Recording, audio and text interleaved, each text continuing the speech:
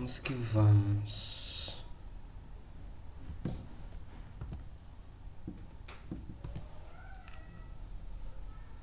Um bom momento do dia a todos, espero que estejam todos bem. Eu sou o professor João Vitor e a gente vai aqui dar continuidade à sequência de aulas da disciplina Instrumentalização do Ensino de Matemática 2. Hoje a gente vai estudar um pouco sobre os polígonos, uma área da matemática que eu sou fascinado de coração desde pequeno. E a gente vai tentar aprender hoje aqui alguns conteúdos que envolvem os polígonos, que na verdade são os seus elementos, né? A gente vai entender um pouco sobre os polígonos e seus elementos, as diagonais de um polígono convexo, os ângulos de um polígono convexo, os ângulos de um polígono regular e as propriedades dos quadriláteros. Aqui a gente tem alguns exemplos que a gente pode encontrar na natureza. Esses exemplos que chamam muito a minha atenção, como as abelhas aí utilizam o hexágono para poder armazenar mais mel e gastar menos espaço. Uma inteligência herdada naturalmente. E aqui a gente vê alguns exemplos de polígonos e a gente percebe que alguns são diferentes, né? O que a gente percebe também é que os polígonos, eles são figuras fechadas por retas e apenas por retas.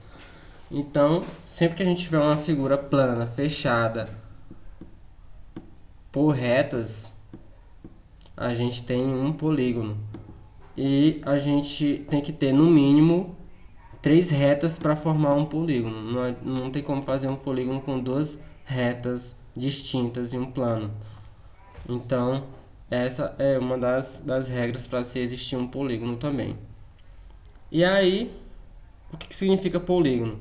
Polígonos são figuras planas fechadas constituídas por segmentos de reta.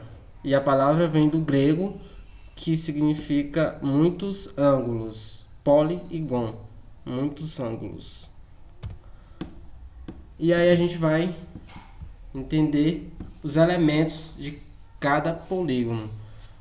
O que existe em cada polígono? Em um polígono normal, qualquer, convexo, existem os seus... antes, a diferença de um polígono convexo para um não convexo. Aqui atrás. Um polígono convexo, ele vai ter os seus lados fechados, né? E dentro desse polígono a gente vai traçar uma reta. Para a gente entender o que é convexo ou não, a gente traça uma reta dentro desse polígono e aí a gente vai perceber aonde que essa reta vai cortar no polígono, quantos pontos a gente tem a partir desse traçamento de reta. Se passar de 2 pontos, já não é um polígono convexo.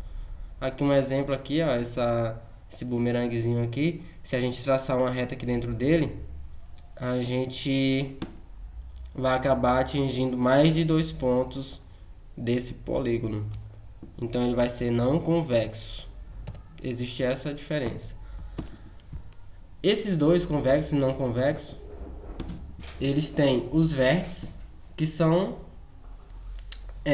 aonde os lados se encontram. Aqui, ó, a gente tem o lado A, B, BC, CD, DE e EA. Esses são os lados. E esses lados são ligados por pontos nas suas extremidades, que são os vértices. Aqui tem o vértice A, B, C, D e E. E aí, esses lados, quando se tocam aqui no vértice, formam os ângulos internos, que são os ângulos que estão dentro do polígono. Dentro do polígono existem todos os ângulos internos dele. E a gente vai aprender mais na frente a calcular esses ângulos internos, quanto que mede esses ângulos internos, a soma de todos e todos separadamente também, no caso dos regulares. E aqui mais embaixo a gente tem as diagonais do polígono. Eu esqueci de gravar. Vamos lá. As diagonais de um polígono são sempre partindo de um vértice e não tocam nos seus vértices consecutivos. Ou seja, aqui do vértice A ele nunca vai tocar no vértice E nem no vértice B. Por quê? Porque assim não formaria uma diagonal. Apenas seria o lado, né? Não tem como traçar aqui uma reta que forme uma diagonal. O pentágono, já dizendo para vocês o nome dele, ele tem 5 diagonais. E aqui os ângulos externos, que são o quê? Prolongamentos dos lados que formam ângulos com seus lados consecutivos. É isso, de maneira mais direta. E aí a gente vai ter os ângulos externos. E aí, convém destacar também que um polígono ele tem o mesmo número de vértices, de lados e de ângulos internos. Aqui a gente vai aprender sobre a nomenclatura de cada um deles. O nome deles vai variar de acordo com o número de lados. Um triângulo, ele tem 3 lados. Triângulo tem 3 lados, tem 3 ângulos também. Mas aqui já no quadrilátero a gente tem 4 lados. E não está voltado ao nome ângulo, né? Aí a gente tem um pentágono, o hexágono, 6 lados, o heptágono, 7. Todos esses são especiais e recebem nomes. O de 10 lados, o dodecágono, desculpa, perdão. O de 9, o eneágono. Não confundir o de 9 com a palavra nono. E sim, eneágono. Não nonágono.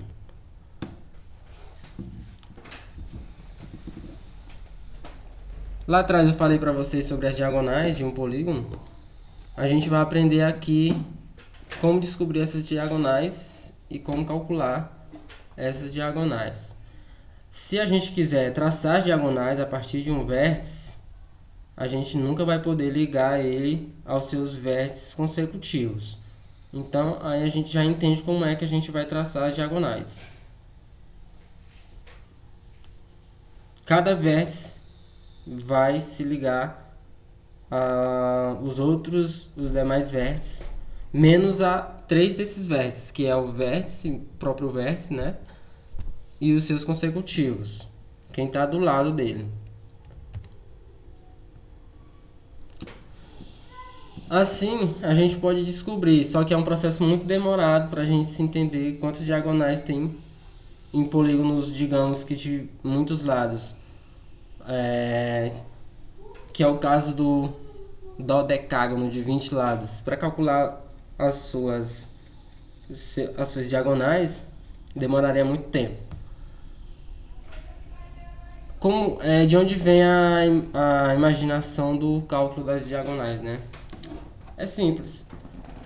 De saber que de cada vértice vai partir para todas os outros vértices, menos para 3 deles, que é o próprio vértice e os seus 2 consecutivos.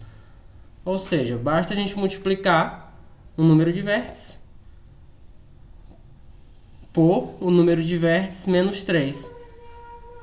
Só que aí a gente vai sempre estar contando 2 diagonais. Um exemplo, a diagonal AD, ela é AD e também DA. Então, o que a gente faz? Se a gente contar dessa forma, a gente vai estar contando sempre uma a mais. Ou seja, sempre uma 2 vezes. Então, a gente divide por 2 e obtém um resultado certo quando faz esse cálculo. Então, a fórmula fica Dzinho, que é as diagonais, é igual a N, que é o número de lados, vezes o número de lado menos 3, dividido por 2. Aqui a gente tem Agora sobre os ângulos de um polígono convexo. A gente percebe aqui nessa figura que em todo polígono convexo existe um ângulo interno e um ângulo externo. E aí um ângulo interno mais um ângulo externo vai sempre resultar em 180 graus, o que faz deles ser sempre adjacentes suplementares. Então, em cada vértice a gente percebe um ângulo interno e um ângulo externo. A soma desses dois sempre vai ser igual a 180 graus. A gente vai entender isso mais na frente, porque que isso ocorre. Mas isso parte de um conhecimento, que é o conhecimento da fórmula dos ângulos internos. A gente sabe, a gente vai partir da ideia de que um triângulo tem 180 graus, e mais na frente a gente vai entender por que ele tem 180 graus, mas a gente vai partir dessa ideia para entender o que acontece com a soma dos ângulos de qualquer polígono. Em todo polígono convexo, a gente vai conseguir dividir ele em triângulos, partindo de um dos vértices, fazendo todas as suas diagonais. A gente obtém N triângulos. Então, basta a gente multiplicar o número de triângulos por 180 graus, que a gente sabe que é os graus de um triângulo. Um exemplo, o pentágono aqui. Se a gente dividir ele em triângulos, a gente obtém 3 triângulos. Então, basta multiplicar 3 por 180, que a gente obtém 540 graus. Os ângulos internos de um pentágono é igual a 540 graus. Isso no convexo. Para a gente entender melhor, a gente divide um quadrado, um quadrilátero. Se a gente dividir, a gente tem 2 triângulos. Então, basta multiplicar 2 vezes 180. Aí vai dar 360 graus. Um hexágono. Quantos triângulos a gente tem dentro dele aqui? 1, 2, 3, 4. 4 vezes 180, 720. Observem que para saber o número de triângulos é sempre o número de lados que formam a figura menos 2. O hexágono, 6 lados menos 2, 4 triângulos. Então, a gente intuitivamente poderia imaginar o seguinte, que a soma dos ângulos internos é igual a N, o número de lados, menos 2, que é os triângulos, vezes 180 graus. Só com o que a gente já aprendeu. Isso é a soma dos ângulos internos de um polígono de N lados. Aqui agora a gente vai entender o que acontece com o triângulo, porque dele ter 180 graus como os seus ângulos internos. O triângulo, ele tem 3 lados, né? Então ele tem 3 ângulos e consecutivamente 3 ângulos externos também. Cada ângulo interno mais o externo é igual a 180 graus. Então a gente tem 3 parcelas de 180. 3 vezes 180. A gente sabe que A mais B mais C, os ângulos internos, é igual a 180. Então, basta a gente somar os internos com os externos e igualar a 3 vezes 180. O que a gente vai ter? Que 180 dos ângulos internos mais os ângulos externos é igual a 540, que é 3 vezes 180. Então, 540 menos 180 é igual a 360, que é a soma das medidas dos ângulos externos de um triângulo, 360 graus. E aí, acontece da mesma forma no pentágono. A gente descobriu lá atrás que a soma dos ângulos internos de um pentágono é 540 graus. mais os ângulos externos, que são os 5 ângulos de fora,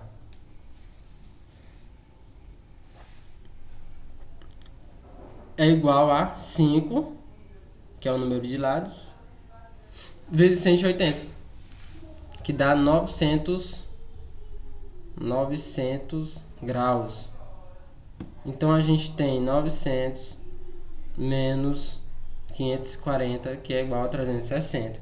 A gente percebe que sempre dá 360, né, no final. Da mesma forma acontece com o quadrado também. E assim para um polígono de n lados, o que acontece? A soma dos ângulos internos mais os ângulos externos é igual a 180n.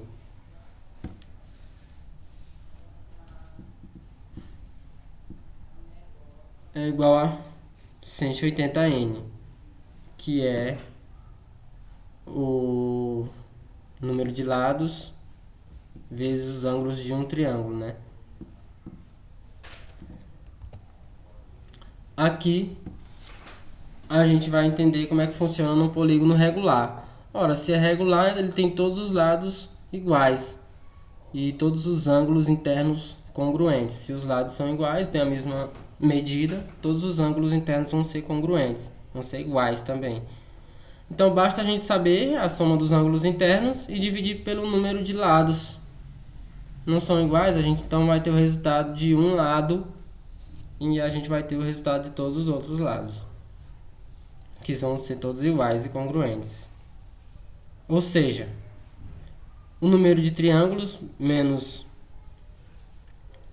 multiplicado por os ângulos de um triângulo, que é 180, dividido pelo número de lados. Então, se a gente tem um polígono de 6 lados, vai ser 6 menos 2, 4, que é vezes 180, que dá 120, e dividido por 6, que é aqui o caso do hexágono. Olha aí, a gente tem 720 dividido por 6, que dá 120. E a gente sabe que a soma do interno com o externo tem que dar 180. Então a gente sabe que o externo tem 60. A gente poderia imaginar, mas como? Ora, a gente sabe que a soma dos ângulos externos é igual a 360 graus.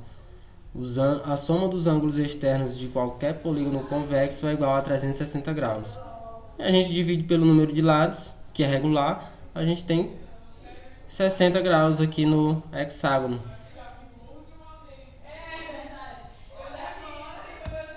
Vamos falar das propriedades dos quadriláteros. Pular aquele exemplo porque a aula está ficando grande demais.